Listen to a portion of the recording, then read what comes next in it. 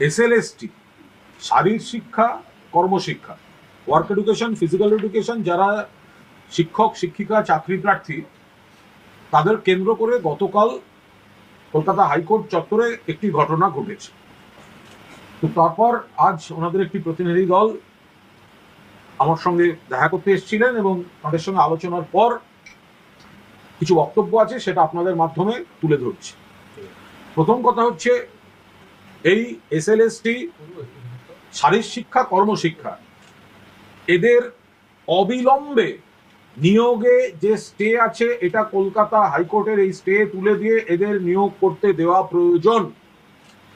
এনারা প্রত্যেকে যোগ্য, এনাদের বিরুদ্ধে সিবিআই এর কোনো বিরূপ মন্তব্য নেই, কোনো অভিযোগ নেই।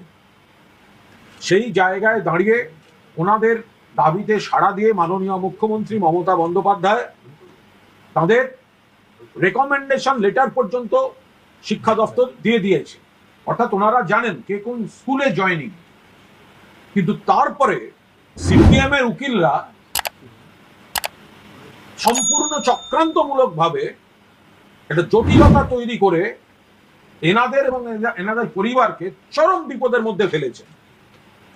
গতকাল এই যে স্থগিতাদেশ চলছে, এটা দীর্ঘদিন ধরে চলছে, এনারা দীর্ঘদিন ধরে ছুটে বেড়াচ্ছেন, আইনজীবীদের কাছে ওনারা যাচ্ছেন, মাননীয় বিচারপতি কলকাতা হাইকোর্টের একবার যা যা চাইছেন সব দেয়া হচ্ছে, রাজ্য সরকারের তরফ থেকে দেওয়া হয়েছে, অনারেবল এজি দিয়েছেন, ওনাদের আইনজীবীরা দিয়েছেন, একদিন এক একটা বিষয় এসে হাজির হচ্ছে।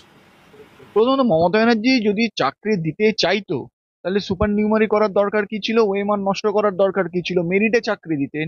ওয়েটিং লিস্টে আপনি যদি আইনের ব্যাখ্যা বলেন না, যে কোনো আইনজীবী এটা জানেন যে ওয়েটিং লিস্টে বা এমপ্যানেল লিস্টে কোনো চাকরি প্রার্থীর নাম থাকা মানেই তার চাকরি হবে, তার কোনো গ্যারান্টি নেই। যতগুলো ভ্যাকেন্সি সেই ততজন চাকরি হবে।